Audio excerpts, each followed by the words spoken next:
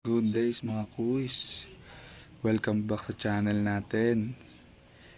Sa mga nagtatanong kung anong size ng gold balls na kakasya sa crankcase natin, ito sasagutin na natin sa vlog natin, sa video natin na to.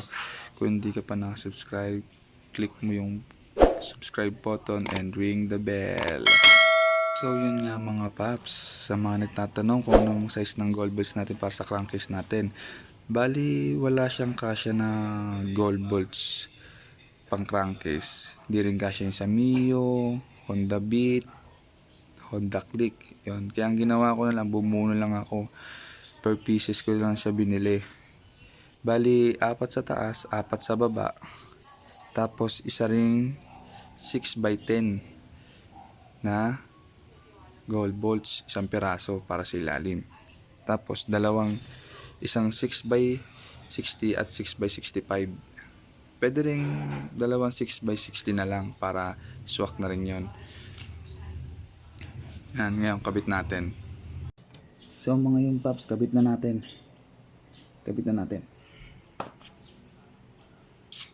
Unahin natin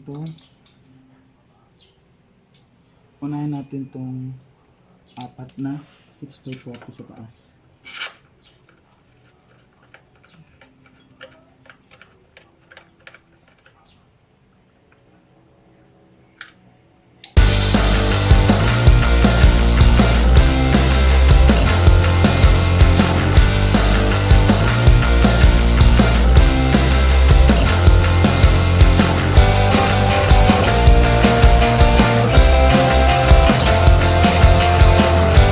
Nakabit na natin yung apat na gold balls na size 6x40 sa taas.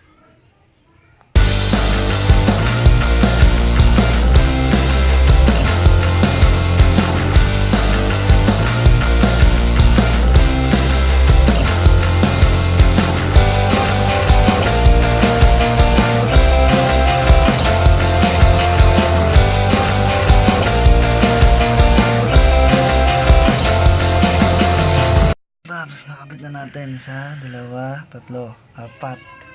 Ayan, sunod naman natin yung 6x10. Dito natin kakabit yan. Ayan, sa butas na yan.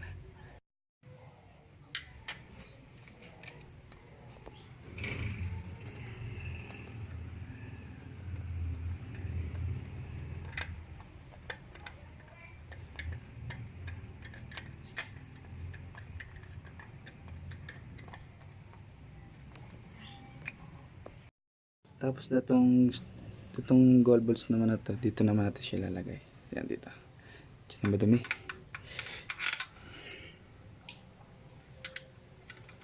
Dito natin yan.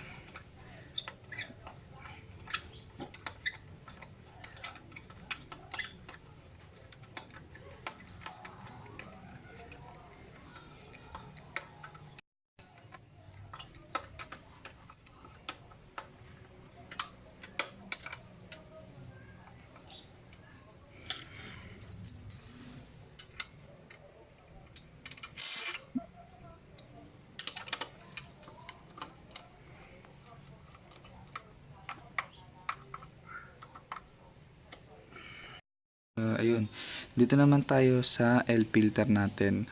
Ang gold balls na kakasya dito, ito. Kumuha lang ako ng sample kasi hindi ko rin alam ang size nito. Bali, ang ginawa ko lang, pumunta lang ako ng Thai shop, tapos pinakita ko lang ito sample. Bali, 5 piraso to. Ayan. So, ayun mga kuys, sana makatulong tong video yung ginawa ko. Sa mga may mga katanungan pa, comment below sa video para masagot natin at magawan pa natin ng mga video. So, mga kuyss, see you ulit sa next vlog.